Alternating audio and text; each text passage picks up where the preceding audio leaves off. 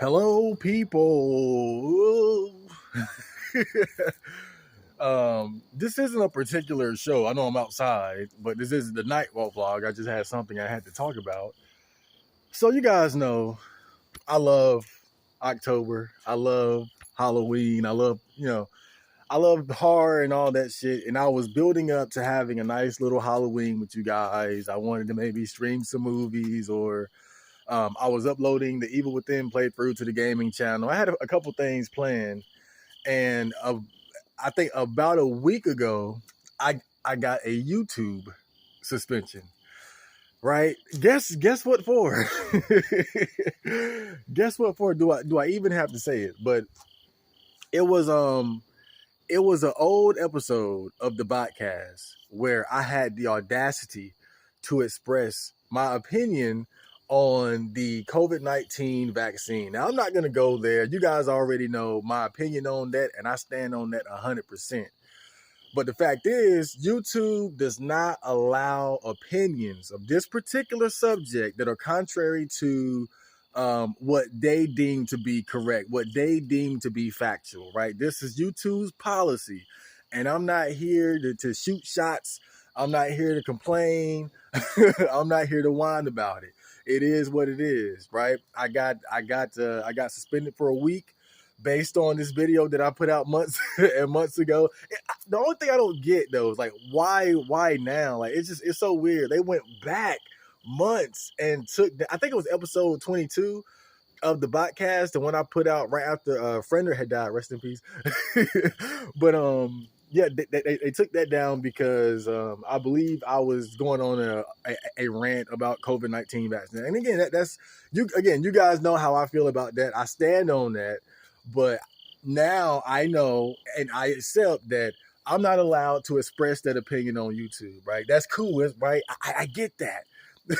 But I wanted you guys to know that's why I wasn't doing anything for Halloween when I was talking about it all month, because they took me out of the game.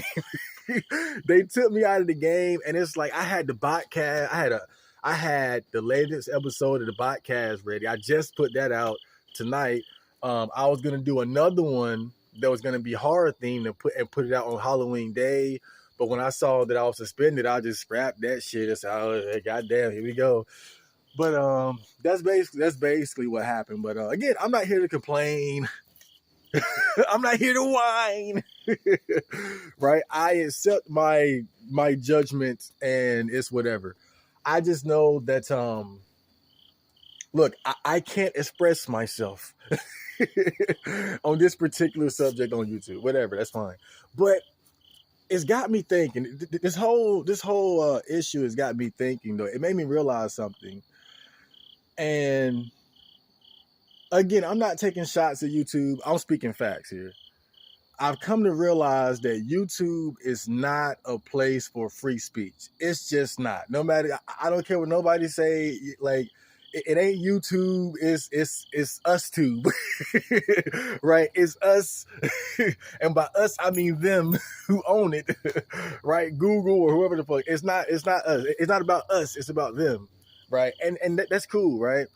But I've come to realize that YouTube is not about free speech. It's not about free expression.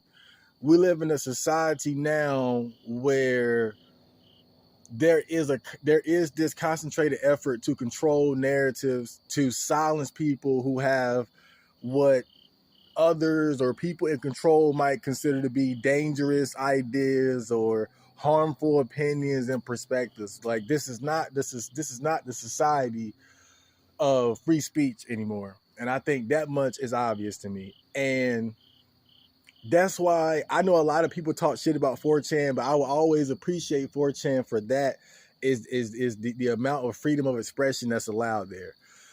But places like YouTube, Instagram, Twitter, like when you look at how people like Donald Trump or Andrew Tate get banned from these platforms, obviously it's this free speech is no longer their priority. And it's so sad to me because I love the internet, and I think that what I love most about it is how it's giving people the opportunity to have platforms and express themselves, right or wrong, or whether you agree or not, You got the atheists and you got the Christians, you got the left and you got the right, you got the red pill and the blue pill, the black pill, like you got MGTOW, feminine, you got everything. Everybody can express themselves, and that's what I love about the internet. But I hate seeing the direction that we're going into, where it's problematic to simply have an opposing opinion on certain subjects, right? But it is what it is. This is just the direction that we're headed in, and it had me thinking, like, what can I do? what can I do to I don't know, fight back against it? Like what can I do? Because I'm gonna tell you what's not gonna happen. We're not about to take back control of YouTube and make it what it was. YouTube is gone. It's done. Right? I don't even think Elon Musk got the money to take control of that shit. YouTube is gone. But it made me realize, man, what it made me realize is that, I have to take it upon myself to not only upload my content to some of these other platforms like BitChute, Odyssey, what's the other one, Rumble, right? Not only do I have to upload my content there, but I have to support those places. I have to support these places that don't get as much traffic, but are at least trying to uphold a place where you can still express yourself, and I can't sit here and tell you guys what to do, right? But I just think that what this event has done for me is that it's got me thinking about the direction that we're headed. Because just look up the term wrong think, look that up, and the book that it's associated with and what that book is about, and you cannot tell me that's what happened to me and what's happening to other people is not alarming, right? But it is, again, I'm not complaining. I'm just saying, like, to me, it's worrying. But the fact is, YouTube has the right to dictate what type of content can be uploaded on this platform, right? And so that's why I'm not sitting here trying to say fuck YouTube or nothing like that. It is what it is, right? But I'm just saying, I give a fuck about free speech, and I know that my content is not, it can be considered lowbrow at times, right? The whole neat thing, and herbivore male, MGTOW, that feel with no girlfriend, robot music, all that shit can be seen as being kind of goofy. But I'm willing to bet, like, I know this of myself, and I'm willing to bet this just based on the interactions I've had with my fans, that you guys give a fuck about shit like this too. That you guys give a fuck about free speech and being able to express yourself. And so I'm just, like, as a group, I'm just putting this on the table because I had to think about this shit. Because I think the mistake that a lot of us make is that we get so comfortable with certain platforms because it's convenient, because that's where there's the most traffic, that's where you'll get the most attention, that we don't put effort into sending our energy towards the platforms that actually have that is actually going to allow us to express ourselves the way that we really want. The platforms that aren't going to limit us the same way that some of the more mainstream popular ones do. And that's really what I mainly want to talk about. I'm just putting that shit on the table as something to think about, because I know that when this shit happened to me initially, I was like, fuck. Right? But then I had to accept, again, I can't complain because it's not like it's my platform. I'm a guest here at YouTube, right?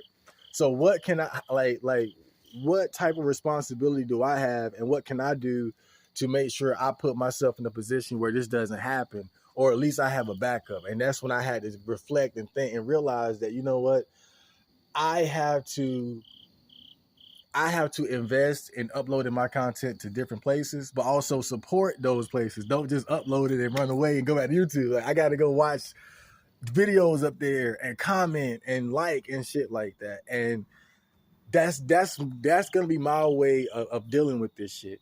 That's gonna be my way of dealing with it. But that's the main thing that I want to talk about. Because honestly, just being real, I can accept what happened, it's whatever, but it's still scary to me because you cannot deny the link between why I was suspended for a week and the whole concept of wrongthink. And the book, I believe it's called what, 1984. You cannot deny, like when it happened, I was just like, I was just like, wait a minute, this is kind of weird, but it's don't wait till it's too late. You know, it's like it's the whole boiling frog thing, right? If you put a frog in boiling water, it'll jump out immediately. But if you put it in warm water and then slowly start to boil it, it'll sit there and just die. It's that sort of thing. Like don't wait until it's too late to realize this shit and then start trying to make moves. Like I had to realize, like, I got to start doing shit differently now because YouTube is not for freedom of speech. It's not for freedom of expression. It's about upholding the agendas of mainstream society, of the elites. I don't know. We can get into all kind of different conspiracies. And I'm not saying that as I'm not shooting shots. I'm not shooting shots. I'm just speaking facts. YouTube is not about freedom of expression. It's not about freedom of speech. It's not. You know, if you go against what they deem to be factual and correct, that's it for you. You're fucked. And so, you know, I got to make sure that when I'm on YouTube, I adjust myself to the culture of YouTube as much as I can to not get, you know, banned. Because I do like using YouTube. Now I plan on to continue using it. But I know that now I have to show support to some of these other platforms, you know, that are going to stand up for what I believe in, you know, and that's really what I wanted to talk about. And I didn't want you guys to think I fucking abandoned you on Halloween. I bet he was off masturbating and eating candy. I did have a good time though. I did have a good time. I watched some good scary movies, and man, have you guys seen a Serbian film? I'm gonna just throw that out there. I'll see you guys later.